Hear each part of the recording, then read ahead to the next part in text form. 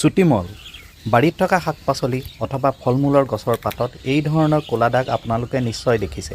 ছাই ৰঙৰ এই দাগসমূহ আচলতে এবিধ ভেঁকুৰহে। ইংৰাজীত ইয়াক কোৱা হয় চুটিমল। গছ এজোপাৰ পাত, ঠাৰি আৰু ফল-ফুল সকলোতে দেখা দিব পাৰে। সাধাৰণতে এই ভেঁকুৰবিধে গছ এজোপাক প্ৰত্যক্ষভাৱে সংক্ৰমিত নকৰে, বৰঞ্চ ই গছৰ পাতত সূৰ্যৰ পোহৰ পৰাত বাধা দি গছজোপাৰ স্বাস্থ্যৰ ক্ষতি কৰে আৰু সেয়ে শেষত গছত ফল-ফুল ধৰা কমি আহে। পাতৰ পৃষ্ঠত চুটিমল পোৱা যায় যেতিয়া গছ এজোপা বা ওচৰে পাজৰে থকা গছ বনবোৰ মিলিবাগ, হোৱাইট ফ্লাই, মোৱা পোক বা এফিড আৰু স্কেল ইনচেক্টৰ দৰে ৰস শুহি খোৱা কীটৰ দ্বাৰা আক্ৰান্ত হয়। কিয় এই কীটবোৰ থাকিলে চুটিমল হয় জানেনে?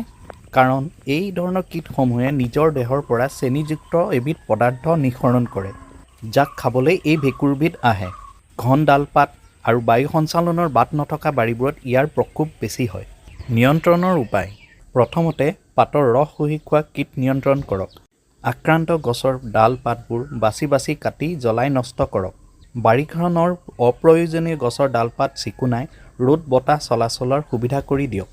বনবাত চিকুণাই ৰাখক আৰু প্ৰয়োজন হ'লে ৰাসায়নিক কীটনাশক যেনে ৰগৰ বা ইমিডাক্ল'প্ৰিড 1 মিলিলিটাৰ প্ৰতি লিটাৰ পানীত মিহলাই স্প্ৰে কৰক, অথবা থায়ামেথোক্সাম 25WG 1 গ্ৰাম 3 লিটাৰ পানীত মিহলাই স্প্ৰে কৰিব পাৰে। 7 পৰা 10 দিনৰ ব্যৱধানত 2 বা 3টা স্প্ৰে কৰিলেই যথেষ্ট। মন কৰিব, স্প্ৰে কৰাৰ আগতে গছৰ পৈণত ফলবোৰ ছিঙি ল'ব। ফুল ফুলাৰ সময়তো স্প্ৰে কৰাৰ পৰা বিৰত থাকিব।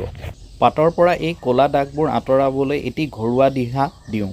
ঘৰত খাবলৈ ব্যৱহাৰ কৰা ময়দা বা আটা আধা কেজিমান 2 লিটাৰমান পানীত ঘুলি ভালকৈ সিজাই ল'ব। সিজাই দিয়াৰ পিছত এই মিশ্ৰণবিধ আঠালেটীয়া হৈ পৰিব।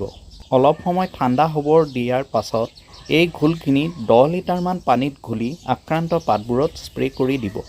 2-এটা দিনৰ পিছতে এইবোৰ শুকাই পাতত কৰাল বান্ধিব। কৰালবোৰ যেতিয়া নিজে নিজে পাতৰ পৰা এৰাবলৈ ল'ব, তেতিয়া এৰাই যাওঁতে লগতে আঠা লগাই ক'লা ৰঙৰ এই চুটিমলবোৰকো এৰুৱাই নিব।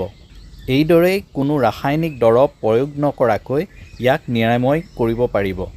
কিন্তু মনত ৰাখিব, চুটিমল আকৌ অহাৰ সম্ভাৱনা থাকি যাব যদিহে ৰস শুহা কীটবোৰ নিয়ন্ত্ৰণ নকৰে।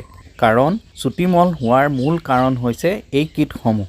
আশা কৰোঁ আপোনালোকে এই চুটি ভিডিঅ'টি চাই উপকৃত হ'ব। ধন্যবাদ।